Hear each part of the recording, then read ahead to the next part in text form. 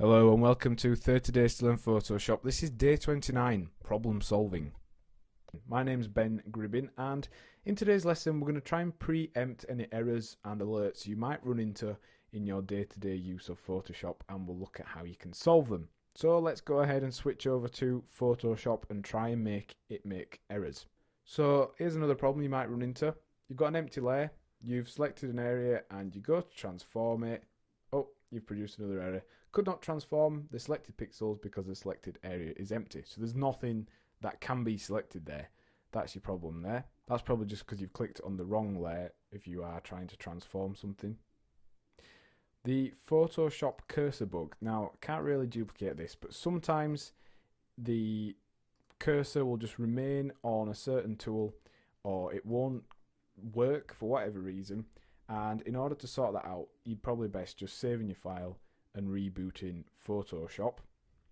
Now, here's another problem that you could easily run into. If you go onto View and you've set some guides up, or some smart guides, like so, and you are painting along, and then all of a sudden, instead of being able to do a smooth line, you get a bump in it because it's snapping to the layer.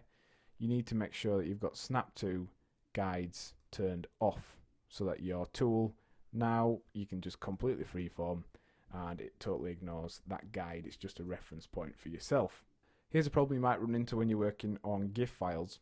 You can't actually delete or remove this layer, which is a problem. So you can't create layers. You get all the layer panels blocked out. It won't let you do anything.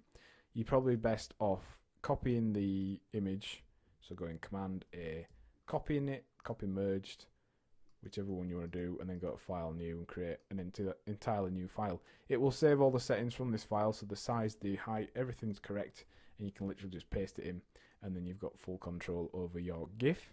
Another error that we can't really produce is sometimes the type tool, it's got some sort of bug in it, very rarely, but it will do occasionally, produce an alert that says, unfortunately, the type tool is unable to work due to some random program error. Usually it'll work again if you just click on the type tool, so don't worry too much about that if that ever happens. If it keeps continuing, just close Photoshop and reboot it. So these problems are not things that are going to happen all the time, but they're just something that we wanted to point out to you.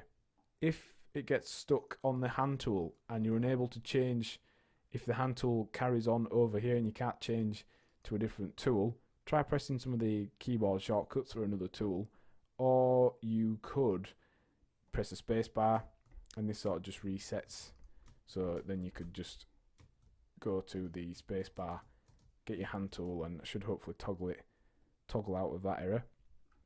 OpenGL warnings. Depending on the graphics card that you've got, you could get some errors when you open up, I think it's more than 4 files, and you have certain OpenGL formats.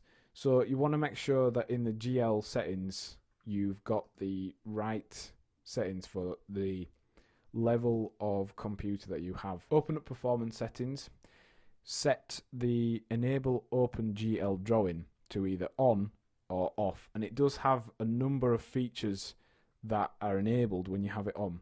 So you have things like the rotate view tool, bird's eye zoom in, pixel grid, flick panning, scrubby zoom, which we showed you. Just things like that that are part of the OpenGL platform. So if you turn it off, you aren't going to be able to use those. However, sometimes you do have to turn it off. So that's just an unfortunate thing that you may well have to do.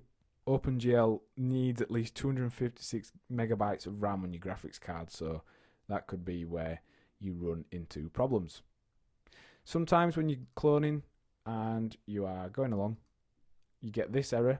Could not use the clone stamp because the area to clone has not been defined. So you just need to option click or alt click and define the source you want to copy. So your last option for completely swiping Photoshop to its factory settings is, not surprisingly, not to uninstall it, but actually it's got a settings file which is generated when you create a new installation of it. So for PC users, all you need to do is press Ctrl, Shift and Alt whilst opening up Photoshop. So press those down, then open up Photoshop. That should delete your settings file.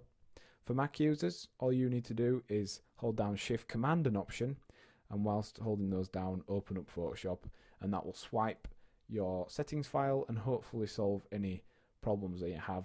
So that's kind of your final option. And if that doesn't work, totally delete Photoshop, uninstall it, and do a complete fresh install. So what have we learned in today's lesson? Well, we've looked at the causes of common alerts and errors in Photoshop. And our task for the lesson is to remember these tips when we're using Photoshop to be able to avoid any problems we could run into. Next time on 30 Days to Learn Photoshop, we'll be looking at shortcuts and performance. Thanks for listening.